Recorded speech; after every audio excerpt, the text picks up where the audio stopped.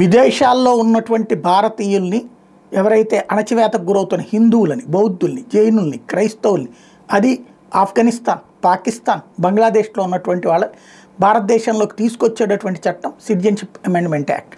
అలాగే భారతదేశంలోకి సక్రమ మార్గంలో కాకుండా అక్రమ మార్గంలోకి వచ్చిన వాళ్ళని గుర్తించి ఐడెంటిఫై చేసి తిప్పి పంపించేటటువంటి కార్యక్రమం NRC.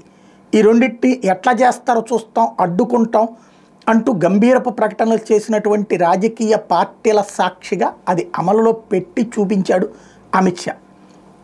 At the same time ఇప్పుడు కొత్త కాన్సెప్ట్ ఇమ్మిగ్రేషన్ బిల్, ఒక నిశ్శబ్ద బాంబు వదిలారన్నమాట. ఎప్పటికప్పుడు పట్టి పంపించేటటువంటి కార్యక్రమం. ఈ సందర్భంగా అందుకని కీలకమైనటువంటి ఉపన్యాసం ఇచ్చారు. భారతదేశం ధర్మశాల కాదు అంటూ తేల్చి చెప్పారు. దేశానికి ముప్పు కలిగించే వాళ్ళు ఇక్కడికి వచ్చి తిష్ట వేస్తామంటే సహించబోమని హెచ్చరించారు. విదేశాల నుంచి పర్యాటకులుగా లేదా విద్య, వైద్యం, వ్యాపారం, పరిశోధనల కోసం ఎవరైనా వస్తామంటే సాధారణంగా ఆహ్వానించడానికి సిద్ధంగా ఉన్నాం, కానీ దేశంలో విధ్వంసం సృష్టించడానికి వచ్చే వాళ్ళ మీద కఠినంగా వ్యవహరిస్తామని తేల్చి చెప్పారు.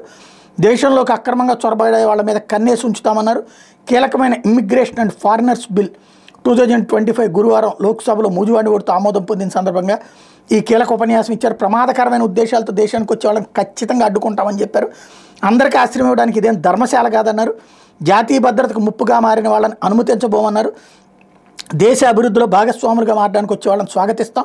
ప్రతిపాదిత ఇమ్మిగ్రేషన్ అండ్ ఫారినర్ చట్టంతో దేశ భద్రత మరింత పటిష్టంగా మారుతుందంటూ తేల్చి చెప్పారు. పశ్చిమ బెంగాల్లో తృణమూల్ కాంగ్రెస్ పార్టీ ప్రభుత్వం అక్రమ చొరబాటుదారులను ముద్దు చేస్తోందంటూ ఈ సందర్భంగా ధ్వజమెత్తారు. చట్టవిరుద్ధంగా దేశంలో ప్రవేశించిన వారి మీద ఎలాంటి చర్యలు తీసుకోవడం లేదని ఆరోపించారు. బెంగాల్ ప్రభుత్వం భూమిని అప్పగించకపోవడం వల్ల భారత్ బంగ్లాదేశ్ సరిహద్దులో 450 కిలోమీటర్ల మేర కంచి నిర్మాణం నిలిచిపోయిందని చెప్పారు. అక్కడ కంచి నిర్మించడానికి ప్రయత్నాలు జరిగినప్పుడల్లా తృణమూల్ కాంగ్రెస్ కార్యకర్తలు అలజడి సృష్టిస్తున్నారని, మతపరమైన నినాదాలు చేస్తున్నారని విమర్శించారు. చొరబాటుదారులపై తృణమూల్ కాంగ్రెస్ ప్రభుత్వం ప్రేమాభిమానాలు ప్రదర్శిస్తున్నామన్నటువంటి రహస్యాన్ని ఇప్పుడు బయటపెట్టారు.